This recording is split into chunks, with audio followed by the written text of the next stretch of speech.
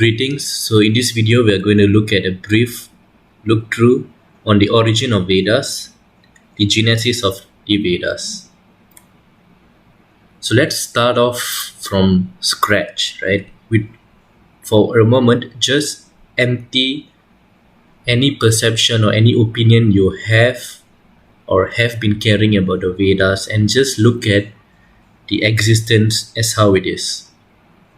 Only then will you be able to get a very clear picture about what the Vedas really stand for.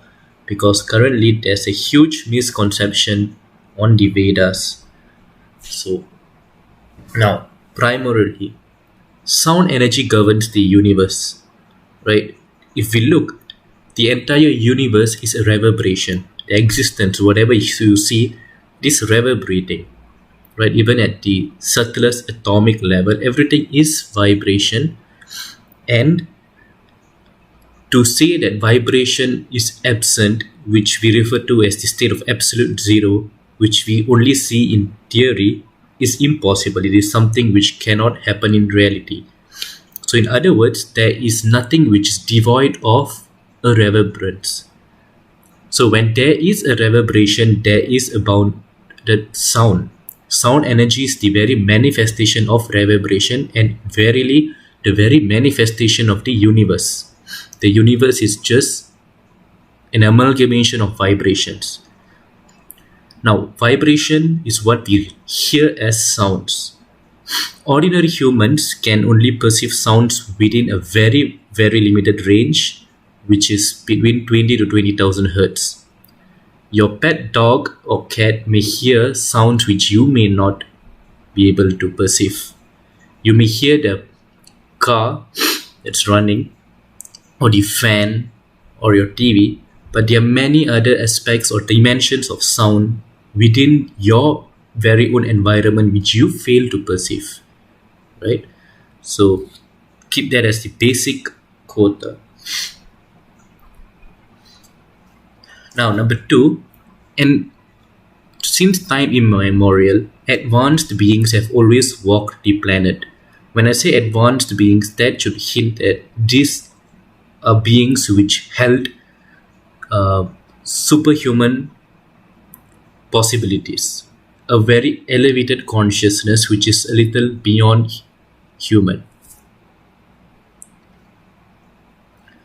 So these beings, which we refer to as rishis, though they may be coming from different backgrounds, they may be a king, right, a sannyasi or anything, right? So due to some sadhana which they carried or penance, they activated certain parts of the brain which we refer to as the non-mechanical parts of the brain, right? So with that having said, these beings could perceive the cosmic sound frequencies which we refer to as Shabda Brahman, right? So they could refer to a very huge range of sounds frequencies which we can't. So the resonating knowledge and truths of the universe were experienced in tandem to them hearing a particular sound frequency, right? So the rishis who heard these sounds or received these sounds or mantras were referred to as the seers or the mantra drashta.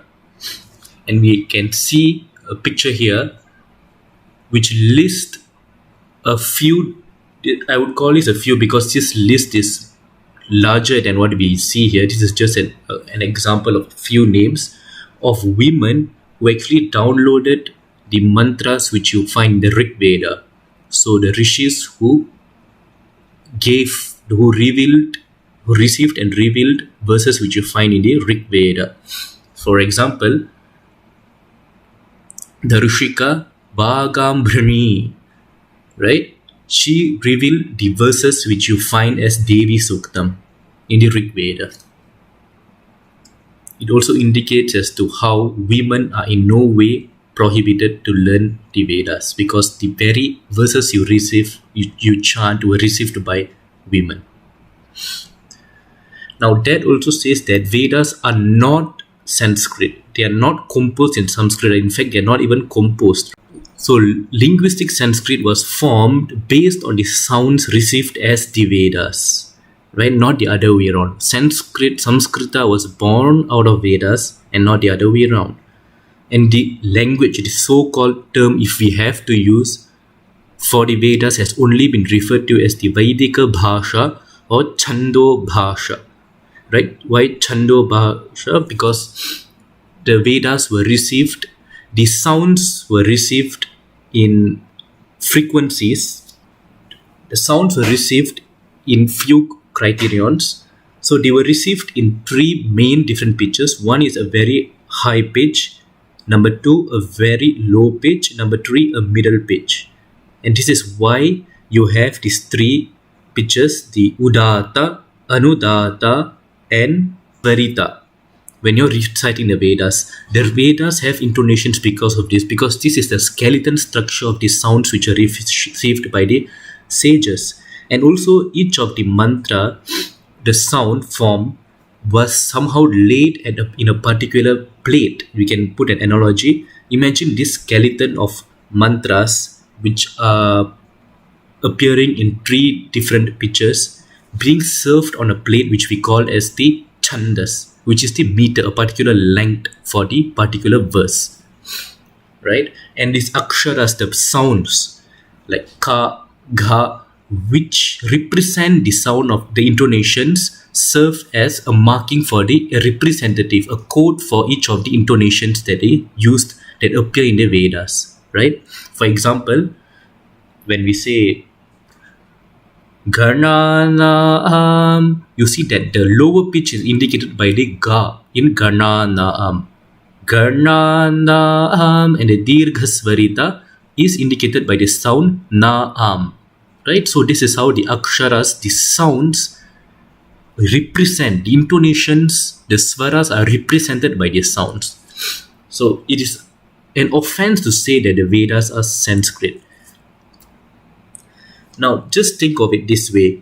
You can use a pen drive to transmit data, electronic data, and project it in many devices, right? So in other words, this device, this pen drive, is a tool which is used to carry data. Similarly, the sounds were the tool through which the rishis experienced the different dimensions of truths of the cosmos. So the sound is one with the truths. The sound is the very expression of these truths, because as I said, the entire universe is a reverberation. They speak with reverberation, which is the Vedas. Now, so affirming the fact that the rishis are not the author of the Vedas. In fact, the Vedas is authorless. It is beyond time and space. Although they were downloaded, they were brought to the planet at a particular point of time. By default, they are beyond time. They have been always existing. Right? In fact, they're even beyond existence because they don't have a start or an end, and therefore they are also termed apaurushaya, right? Meaning of non-human origin. So the rishis who downloaded them were numerous. There were many rishis who downloaded various dimensions of knowledge and truths from the cosmos in the form of these sounds. And they recited them and passed on to their disciples. This is why Vedas were originally referred to as Shrutis, meaning that which was heard. And you can never compress or give a book form to the Vedas, because that is not how the tradition brought them or passed them down throughout the generation. Right? The script or the book which we refer now is a modern invention made to preserve the Vedas when people neglected its recitation.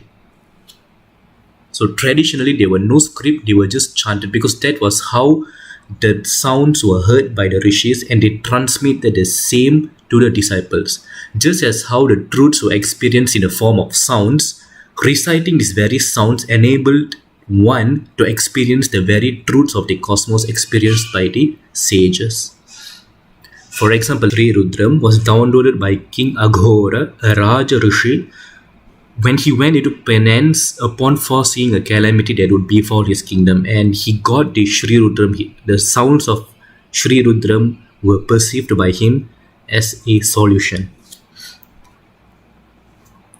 Now, the four Vedas is a classification made by Veda Vyasa, right? Who had his birth name as Krishna Dvaipayana, who plays a very important role in Mahabharata. So it was the volume of the Vedas was so large, and as the Yuga was nearing to Kali, it was quite impossible for everyone or anyone to learn the entire Vedas. And in order to simplify things so that the Vedas are preserved on the planet at any point of time, Veda Vyasa compiled and classified them into four divisions, which we commonly refer to Rig, Yajur, Sama, and Atharva. And he taught four disciples each of these Vedas, and that is how they were carried forward. And there were many divisions made within each of the Vedas itself, as you can see in the picture. So the division within the Vedas is broad, and that will be explained in another video separately. But that is how he classified, right? So the classification of the Vedas is something which is quite recent, which happened in the Dwapara Yuga, right? So this is a brief run through on the origin of the Vedas, although things are deeper, which will be covered in subsequent videos under a different brand or title. Thank you for watching.